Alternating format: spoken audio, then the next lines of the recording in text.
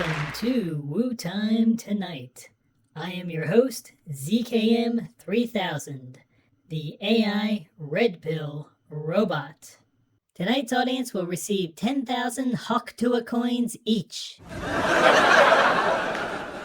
My co-host doesn't need money because he is money. Please welcome Kung Pao Viking Cow. Our topic is it makes the world go round. Now let's check out the meme of the day.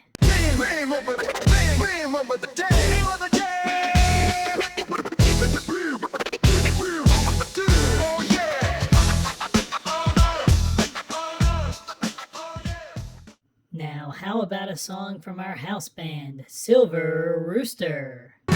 Thanks for that. Money is a technology to achieve lasting value over time.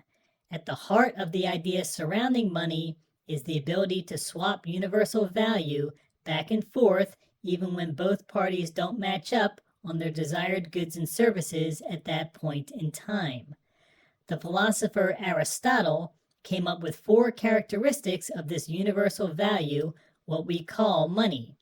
The 4 absolutes of money include, number 1, it must be durable. The medium of exchange must not weather, fall apart, or become unusable.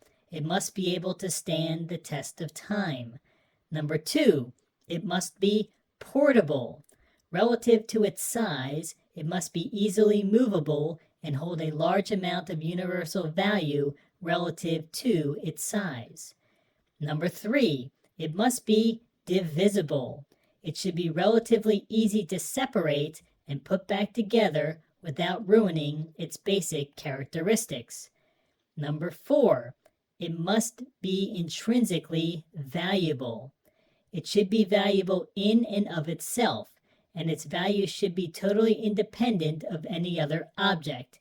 Essentially, the item must be rare. Yeah, baby, yeah! Precious metals, like gold and silver, seem to be the best example of money that meet these criteria. They have been used as money for thousands of years. They are durable. A gold coin can lay at the bottom of the ocean for centuries and still hold its form. They are divisible, making coins of various size and percentage mixtures. They are portable, although they are very heavy. This is a problem for large purchases in a world market. Imagine sending shiploads of gold to buy oil. Or how would you mail gold all over the world in small amounts to make internet purchases? The other problem is the intrinsic value. Yes, gold and silver and platinum have value by their very structure and chemical properties. However, we don't know how much there exists of each, and there is always more being discovered. So the question is, how rare are they? But gold is still universally recognized as having value. I could take gold to any country in the world and trade it in for the local currency. Nice.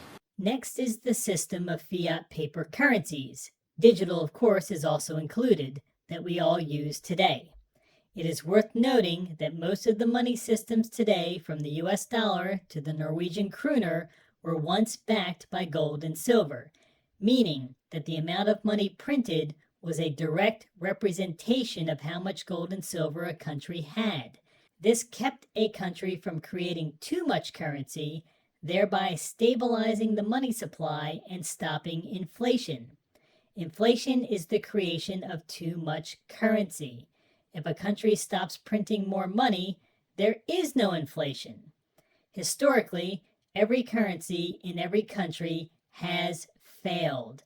I repeat, every currency in every country has failed because they printed too much currency in relation to the amount of gold and silver they owned.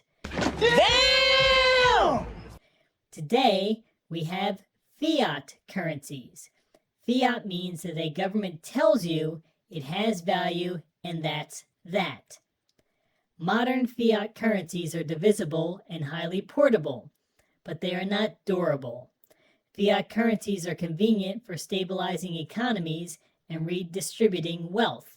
But fiat currencies miserably fail Aristotle's fourth and most important principle, the intrinsic value principle. No fiat currency is intrinsically valuable.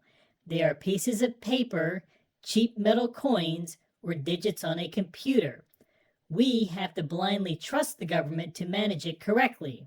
And we know that they don't because we have massive inflation, which means excessive money printing. The denarius, the currency of the Roman Empire, slowly reduced its silver content from 94% to 0.05% over a period of about 170 years. By the time the Roman Empire collapsed, no one accepted the denarius as a medium of exchange. But wait, there's more! Finally, we have cryptocurrencies like Bitcoin. Bitcoin is highly portable, moving over the internet and phone networks. It is divisible, being able to divide out to 19 decimal places. It is valuable because there can only ever be 21 million Bitcoins created. The only problem with Bitcoin is that its durability is tied to electricity.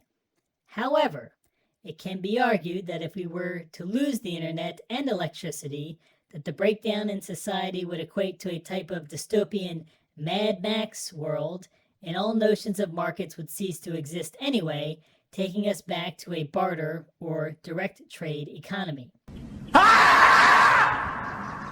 Money is any form of value that another person or party is willing to accept for their goods or services.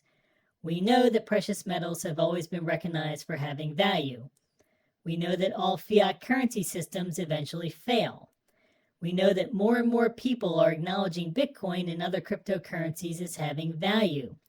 The trick over the coming years will be to strike a balance between these three monetary systems to see which one becomes dominant in your part of the world. I will note that according to the U.S. Constitution, only gold and silver coinage is money.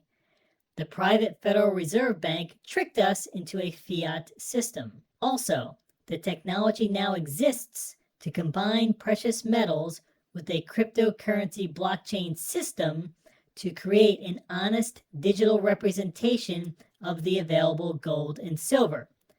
But unfortunately, it will likely take the failure of the current system to move forward to a real and fair monetary system for us all.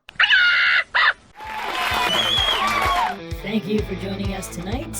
Until next time, question everything, think for yourself, and be the change you want to see in the world.